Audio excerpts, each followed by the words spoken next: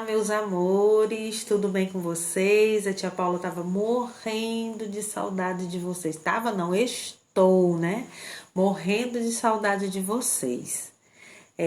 Tenham um excelente dia. Assistam o vídeo até o final para receber as orientações corretas sobre a realização das atividades no decorrer desse dia, tá bom? Vamos para a nossa acolhida. Hoje, segunda-feira, 10 de agosto de 2020. Deixo aqui para vocês uma reflexão com essa seguinte mensagem. A estrada é sua e somente sua. Outros poderão andar ao seu lado, mas ninguém poderá andar por você. Ou seja, vocês irão receber orientações dos pais, dos responsáveis, mas quem é capaz de tomar todas as decisões? São vocês mesmos. Então tome a melhor decisão possível, tá certo?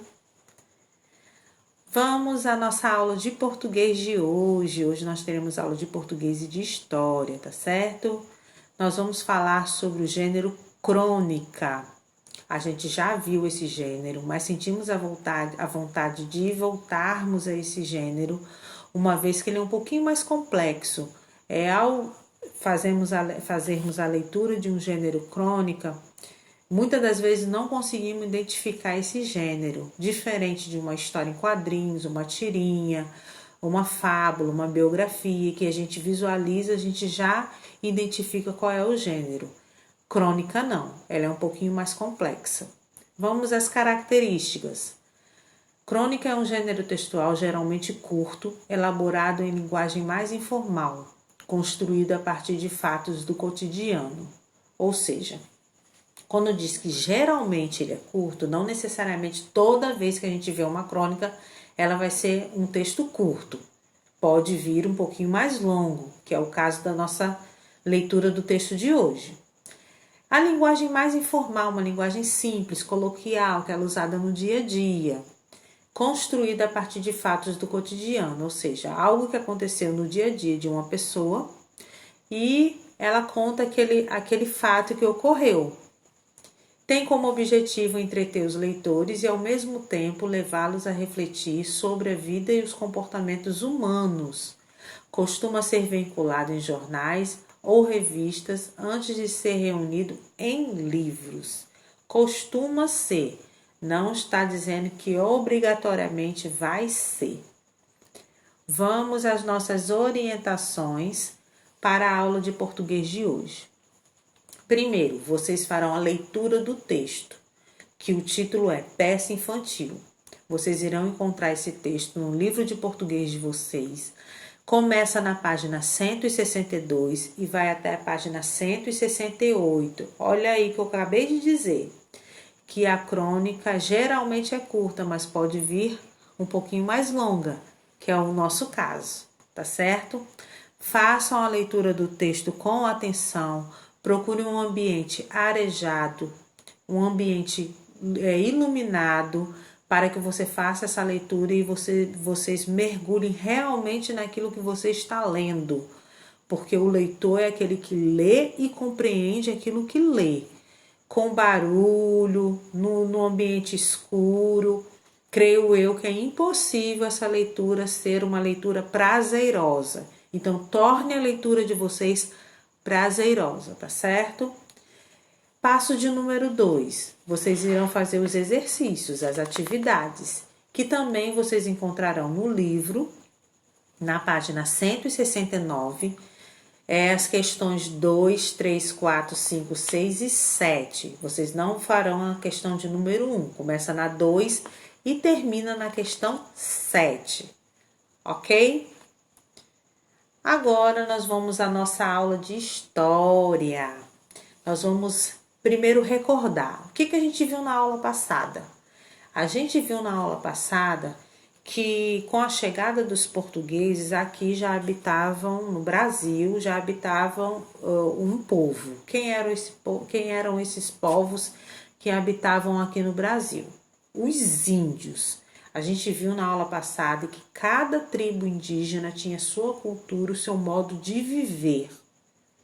Mas os europeus trouxeram com eles, outras etnias. Quem foi essa etnia trazida pelos portugueses, pelos europeus? A gente vai falar que outros povos, além dos índios, tiveram colaboração para a colonização do Brasil. A gente vai falar de quem? A gente vai falar dos africanos. Os africanos, mas a gente vai falar agora na nossa aula de história de hoje como esses africanos viviam antes do contato com os europeus, antes dos europeus descobrirem a força que eles tinham e de escravizá-los, tá bom? Eles eram organizados em aldeias, cidades, reinos e até em impérios.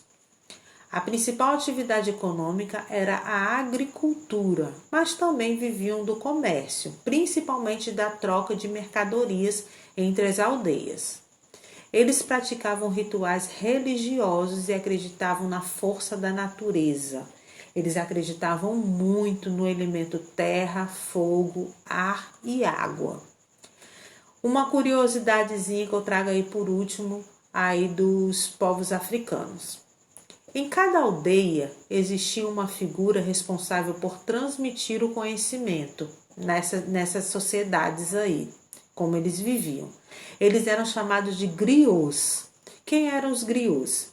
Era uma figura mais experiente, uma figura mais velha, mais idosa, tinha certa experiência de vida, então ele era o responsável por transmitir o conhecimento para os mais novos.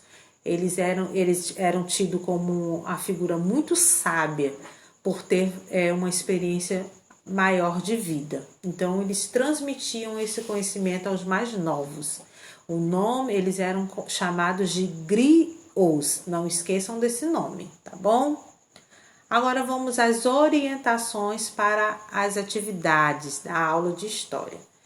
Primeiro passo, vocês farão a leitura do texto que vocês irão encontrar na página 82 e 83 sobre as sociedades africanas, os impérios, as aldeias, os reinos, como eles viviam, como eles eram chamados, como era o cotidiano desses povos. Depois vocês realizarão as atividades que estarão na página 84, atividade 1 e 2. Atividade 1 é complete, tem as palavras do quadro para você completar nas questões. E a questão de número 2 é marcar V ou F. E por último, o terceiro passo, eu deixo aqui para vocês um vídeo complementar da aula de hoje. Os africanos, raízes do Brasil. Primeiro vocês irão fazer a leitura do texto, realizar as atividades e eu deixo o vídeo complementar, ok? Para vocês terem aí uma maior base, uma maior noção de como eram como viviam os africanos antes e depois da chegada desses portugueses, dos europeus. Primeiro vocês farão o estudo do texto, realizarão as atividades, que é o antes da chegada, e depois vocês irão assistir o vídeo, que é o depois da chegada dos europeus, como foi o processo de escravidão. Fiquem todos com Deus, aguardo as fotos para fazermos as intervenções necessárias e a correção das atividades. Tenham todos um excelente dia. Um beijo!